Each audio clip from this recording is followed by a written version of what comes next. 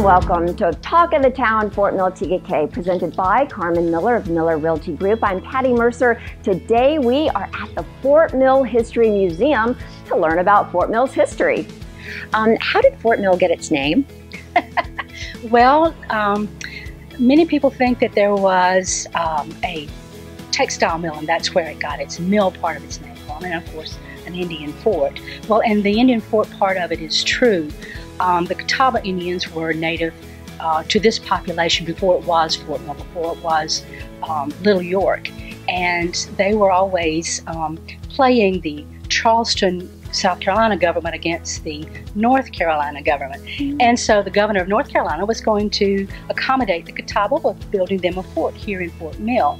And they actually started doing the foundation work to build the fort. Well, the Charleston government sort of issued a cease and desist order. So the fort here in Fort Mill was never actually completed. But the mill was actually a grist mill, one of the early grist mills on Steel Creek or Sugar Creek, and there were some also later on the Catawba. But that's where it gets its name from, the Indian Fort and Grist Mill. So it goes back a long ways. Now, its post office name was not always Fort Mill. It was one time it was like Pine Hill Really? and Spratt Station, something like that. Those early names were just associated with the post office. And so when they came to Thomas Spratt, I think it was, as the postmaster, he sort of put forth this idea of a new name.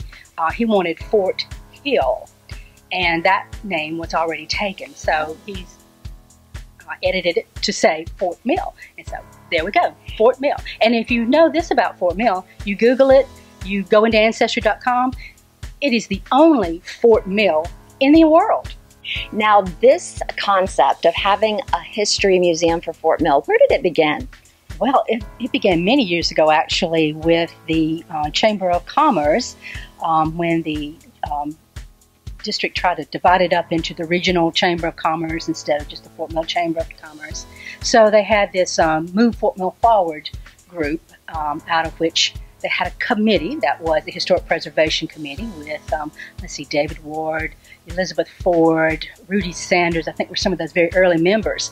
And they were just so eager and enthusiastic in going out there and interviewing seniors in the community about its history and collecting papers and pictures. And so that's sort of where it started. Then we finally just kind of pulled free of that and opened up a storefront on Main Street.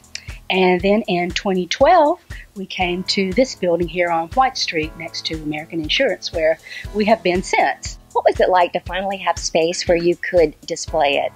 Well, it's really very exciting because, you know, one of our logos is Fort Mill History Comes to Life. And so you can actually bring out all of these things that the people who are old-timers here and lived a long time just love to come and just chat about and reminisce about. And then the new people just, oh, this is exciting. We didn't know this. I mean, who knew that Fort Mill had the 5th flying ace in the world? You know, who knew that this was the last meeting of the Confederate cabinet? Who knew that our group here in Fort Mill, our young boys, were the first to cross the Hindenburg Line? Who knew that? So this is exciting that the people come in and see this, and they're astounded at their new community and its history and its culture. So, Anne, the Fort Mill History Museum, what are the hours that someone can come and visit? Well, we're open Wednesday through Saturday from 10 a.m. to 4 p.m. Okay, and is there a cost to see things in the Well, museum? if you're not a member, there's a $5 admission for adults and $2 for students.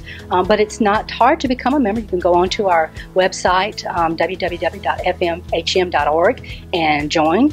You can come to the office or front desk and fill out a membership there. And if you want to just give us a call, we'll work with you over the phone, however you want to do it. There is so much to see and learn about here at the Fort Mill History Museum. Thank you so much for being with me today. This is just the end of part 1. We've got part 2 coming up that goes into more detail about the exhibits. Thanks again. This is another edition of Talk of the Town, Fort Mill Tega, presented by Carmen Miller of Miller Realty Group. I'm Patti Mercer. To catch more about our area, you can join me on the radio for Close Up Tuesdays and Thursdays on WRHI. Until next time, bye-bye.